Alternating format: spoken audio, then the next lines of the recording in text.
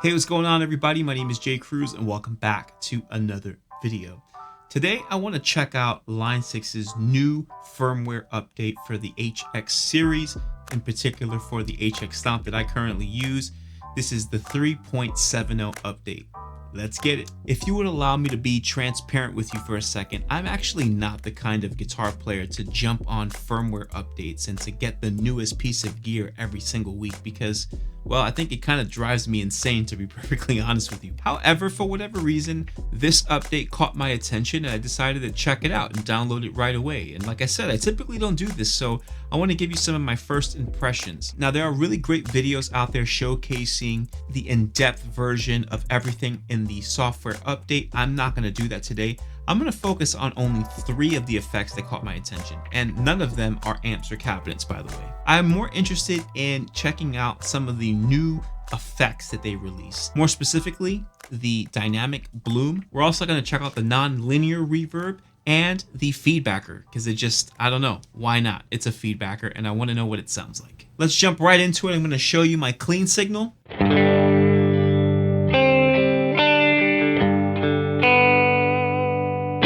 Now let's hear the dynamic bloom.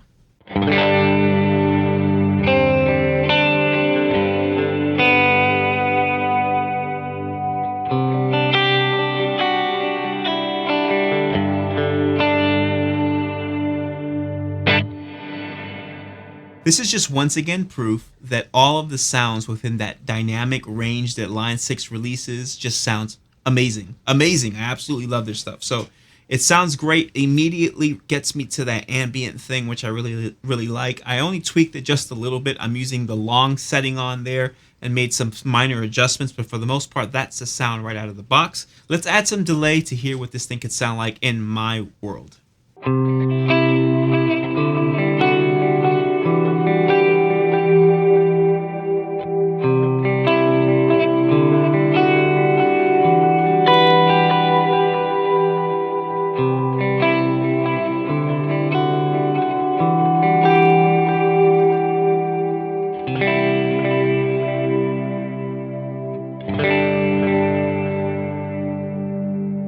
So I was getting some digital peaking there just now. That's just normal when you have saturation, when your effects go a little bit too crazy. So I would have to make some more minor adjustments to get it to be usable in my particular ambient setting as I prefer it. But for the most part, that thing sounds great. A little bit muddy. I'd probably have to clear it up just a little bit with some high-end stuff. But other than that, very, very cool reverb. Let's go right to the other effect. Here's my clean sound again.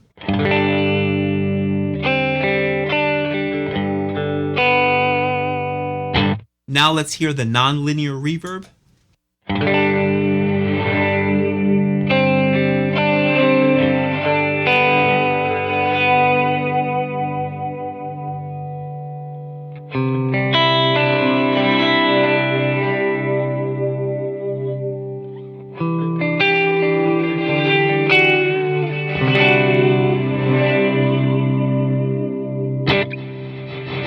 Okay. So that's a very, very interesting sound.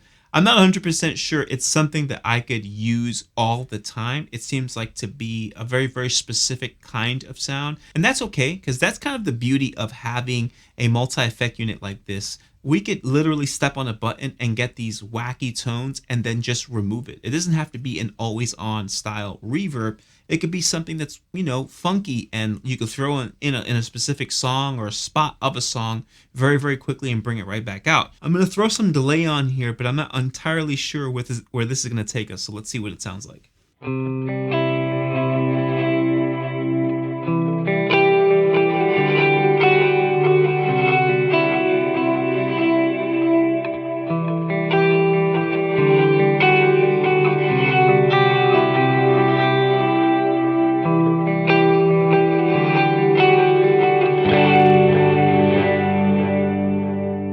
That actually surprised me. It was a little bit more usable than I had anticipated that it would be. So a great effect if you like that kind of stuff. Not necessarily my cup of tea, but it's good to know that I can call upon these kinds of sounds, especially like in a recording situation where you may need some wacky sounds, and that could fit the bill right away. So Cool effect. Lastly, we're going to check out an effect that I would probably not normally be known for using, right? I'm a reverb, ambient guy, delay, so on and so forth, but this is the feedbacker. Now, why am I so interested in this particular sound?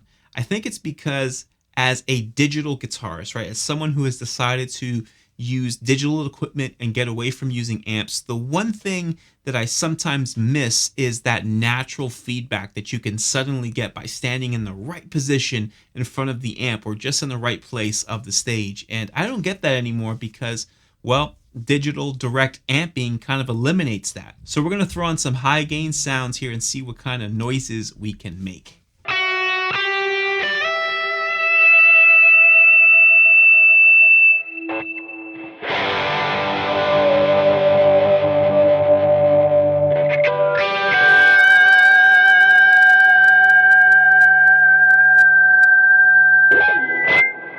All right, something I definitely have to play with a little bit more to kind of understand where it's going to go and where it's going to take me. But it's very interesting. It's a cool effect. It can be something that can make us one step closer, or to make us feel one step closer to having an actual amp in the room or on stage with us. Because like I said, that's kind of one of the few things I miss about not having an amp, is that sort of high gain moment where I could, get that feedback from a lot of distortion, a lot of high gain, and pushing my amp in that way. And much like the non-linear reverb, it doesn't have to be an always on thing. It's just really cool to know that we have these types of effects now at our disposal because, hey, they could again get us a little bit closer to our dream tone. Well, that's pretty much it, everyone. If you're looking for a more detailed 3.70 firmware update review where you can hear every single amp and cab and effect that they came out with, I highly recommend you check out the worship tutorials video that they just released. It covers pretty much everything in detail. If you're still around, please do me a favor. Check out some of the videos that are popping up around me as I work really hard to upload every single week. And by you clicking on these videos, it tells YouTube that you would like to see more of my content. Hit the subscribe button and be sure to comment below to let me know what you think of some of these sounds here in the 3.70 update. Thanks for watching, and I'll see you next week.